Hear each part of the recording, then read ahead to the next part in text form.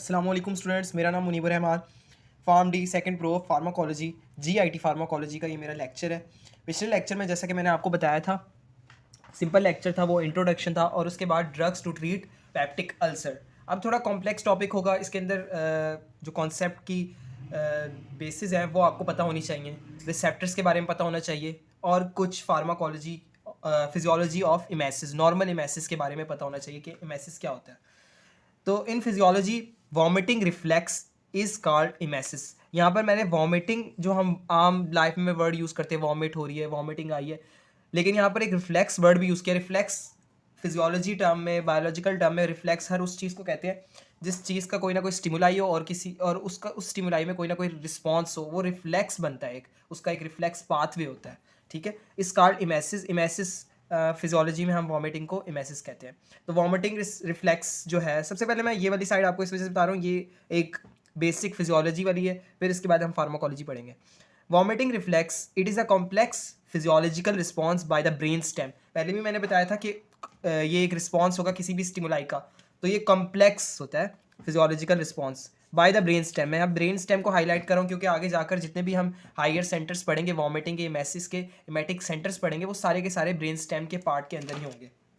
ठीक है, मैं आपको फिजियोलॉजी हर लेक्चर से पहले फिजियोलॉजी क्यों पढ़ाता हूँ। जिस तरह पिछले लेक्चर में मैंने आपको याद होगा कि मैंने क्या किसकी फिजियोलॉजी पढ़ाई थी, HCl की सिक्रीशन की फिजियोलॉजी, जबकि वो मैंने पहले पढ़ा दी है। मैं हर लेक्चर से पहले रिवाइज इस वजह से कराता हूँ ताकि लेक्चर की जो बेयर बेसिस है ना, बेयर बोन्स है जो, वो पक्की हो जाए आपकी, और मेरी भी साथ साथ पक्की हो जाए क्योंकि मैं खुद भी स्टूडेंट्स हूँ। तो लेक्चर को कंटिन्यू करते हैं। Brain stem in response to various stimuli. Various stimuli यहाँ पर कितने हो सकते हैं, यहाँ पर अगर स्टिमुलाई की मैं बात करूँ तो स्टिमुलाई कितने हो सकते हैं वॉमिट के इन्वायरमेंटल फैक्टर्स भी हो सकते हैं, केमिकल फैक्टर्स भी हो सकते हैं, साइड फैक्टर्स भी हो सकते हैं। कोई एक्सीडेंट, रोड एक्सीडेंट वगैरह देख लिया तो उसकी वजह से आप इमेटिक सेंटर्स एक्टिव हो जाते हैं, वो फिर केमिकल कोऑर्डिनेशन की वजह से उनके रिसेप्टर्स पे एगोनाइज हो जाते हैं, तो उसकी वजह से आगे जाकर फार्माकोलॉजी स्टार्ट हो जाती है इमेसिस की।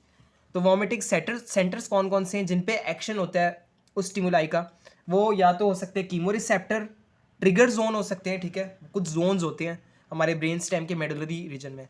ठीक है, और इंटीग्रेटिव वॉमिटिंग सेंटर। बुक्स में वॉमिटिंग सेंटर खाली लिखा होता है, लेकिन वॉमिटिंग सेंटर के आगे दो टाइप्स होती है, जिसमें कीमो रिसेप्टर ट्रिगर जोन होते हैं और integrative vomiting centres. Vomiting centre भी आप नॉर्मल लिख सकते हैं इसको।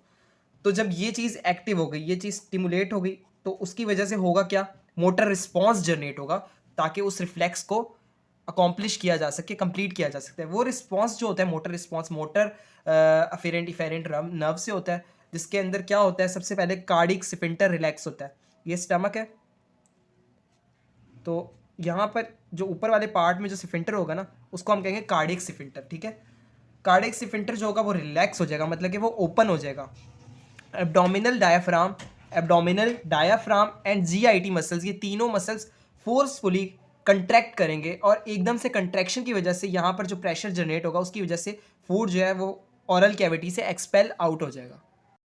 सो हम स्टार्ट करते हैं pharmacology of emesis. In this topic या in this lecture specifically we will study nausea and vomiting. Vomiting का आपको बता दिया, नोजिया फीलिंग होती है एक, ठीक है, जो वॉमिट को इंड्यूस करवाती है। वो फीलिंग किसी भी चीज़ से हमें मिल सकती है, किसी को देखने से, किसी चीज़ को स्मेल करने से। तो ये सारी चीज़ें वॉमिटिंग, नोजिया एक दूसरे से रिलेट करती हैं। Induced by कीमोथेरेपिक agents, chemotherapeutic agents, ये मैं हाईलाइट कर रहा हूँ, ये हमारा ही मेजर टॉपिक होगा जो आने वाली वीडियोज़ में। कीमोथेरेपेटिक एजेंट्स होते क्या हैं, ये एंटी कैंसर ड्रग्स भी हो सकती हैं और ये वो ड्रग्स भी हो सकती हैं जो कॉज करवाती है वॉमिटिंग और नोजिया। हमें फिजियोलॉजी में और फार्माकोलॉजी में पढ़ा हुआ है कि अबाउट 80 to 90% जो हमें इफ़ेक्ट्स मिलते हैं किसी भी ड्रग के, उसके अंदर लाजमी वॉमिटिंग नोजिया शामिल होता है। तो उनको ट्रीट करने के लिए भी ये ड्रग्स यूज़ होती हैं। स्पेसिफिकली कीमोथेरेपेटिक एजेंट्स को की जो इंड्यूसमेंट से जो होती है वॉमिटिंग और नोजिया, उसको ट्रीट करने के लिए भी जो ड्रग्स होती हैं उनके बारे में हम पढ़ेंगे। तो मैकेनिज्म क्या है, किस तरह ट्रिगर होता है, किस तरह स्टिमुलस आता है, क्या सब है, तो वो हम पढ़ते हैं। Two brain stem sites have key roles in emetic reflex. अच्छा, ये जो सिलेबस है ना, ये अभी हम इमेटिक का पढ़ रहे हैं। ठीक है, सिलेबस के अंदर इमेटिक एंड एंटी इमेटिक्स के बारे में, तो अभी इमेटिक के बारे में मैं आपको बता रहा हूँ। तो दो साइट्स हैं, कीमो रिसेप्टर ट्रिगर जोन और इंटीग्रेटेड वॉमिटिंग सेंटर्स, जो इंड्यूस करवाती हैं, ट्रिगर करवाती है इमेटिक रिफ्लेक्स को। जो कीमो रिसेप्टर ट्रिगर जोन है वो लोकेट होता है इन द पोस्ट्रीमा, मेडुलरी पोस्ट्रीमा में होता है, आउटसाइड ब्लड ब्रेन बैरियर, और ये जो हमारा प्लेटस है, ये जो सेंटर है, ये outside the blood brain barrier होता है, बी बी बी।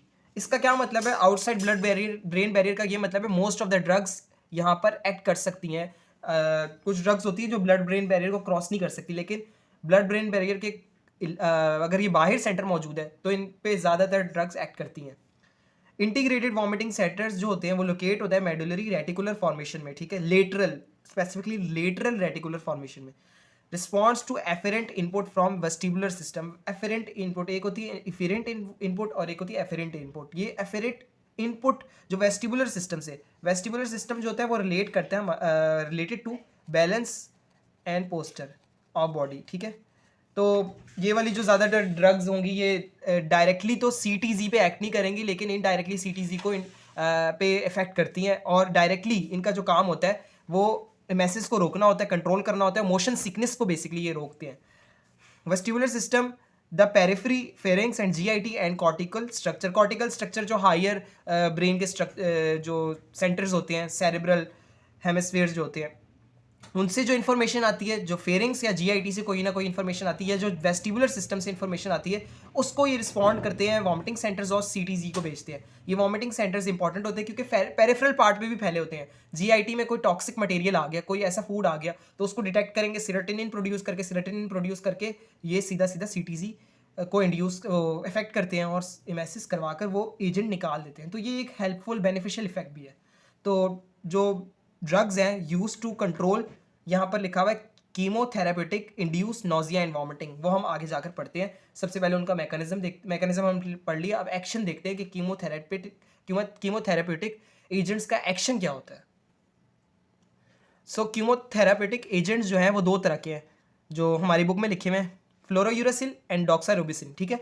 ये दो एजेंट्स हैं जो कॉज करवाते हैं एमेसिस को, ठीक है। These agents can directly activate the medullary CTZ chemo receptor, trigger zone और vomiting centre by stimulating neuro receptors. ये क्या करते हैं? ये न्यूरो रिसेप्टर्स को स्टिमुलेट करवाते हैं।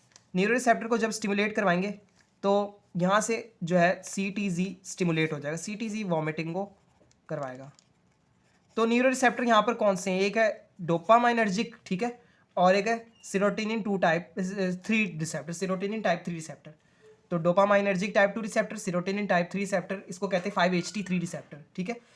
तो ये जो ड्रग्स होंगी सिलेक्टिवली एक्ट करेंगी 5-HT3 रिसेप्टर पे, मतलब कि सब टाइप 3 रिसेप्टर्स पे। कीमोथेरेपेटिक ड्रग्स, अच्छा ये एक पाथवे है, ये मैं आपको समझाता हूँ। Chemotherapeutic drugs can also act peripheral पे, वॉमिटिंग सेंटर पे भी एक्ट करेंगे। न्यूरो रिसेप्टर पे तो इधर एक्ट करेंगे, लेकिन वॉमिटिंग सेंटर्स पे कहाँ एक्ट करेंगी? स्टमक की लाइनिंग पे एक्ट कर सकती हैं, इंटेस्टाइन की लाइनिंग पे एक्ट करके डैमेज सेल कर सकती हैं GIT, जिसकी वजह से वहाँ से सेरोटोनिन रिलीज होगा। सेरोटोनिन रिलीज होता है, हिस्टामिन रिलीज होता है, जो कॉज क्या करता है? सेरोटोनिन बेसिकली HT3 रिसेप्टर्स को एक्टिवेट करता है। वेगस, यहाँ पर सॉरी ये एरो नहीं लगाता, कंफ्यूजन हो जाएगी। वेगस एफेरेंट फाइबर्स को एक्टिवेट करता है, सेंड सिग्नल करता है, इमेसिस करवाता है। सेंड सिग्नल कहाँ करवाएगा? हायर सेंटर्स कौन से? CTZ, ठीक है, इमेसिस करवा देगा और इमेसिस का जो टॉपिक है वो कंप्लीट हो गया। कीमोथेरेपेटिक एजेंट्स कैसे इमेसिस करवाते हैं उसका मैंने एक्शन भी बता दिया, मैकेनिज्म भी बता दिया। नेक्स्ट लेक्चर में हम इन्हीं कीमोथेरेपेटिक एजेंट के जो इमेसिस, इनकी वजह से जो इमेसिस हो रही है, नोजिया हो रहा है, उन्हीं की एंटी इमेसिस पढ़ेंगे, मतलब कि एंटी इमेटिक ड्रग्स पढ़ेंगे। तो आई होप ये लेक्चर समझ में आया हो। नेक्स्ट लेक्चर लाजमी लीजिएगा, वो बहुत बहुत इंपॉर्टेंट है, उससे लॉन्ग क्वेश्चन लाजमी आता है। जज़ाकल्लाह।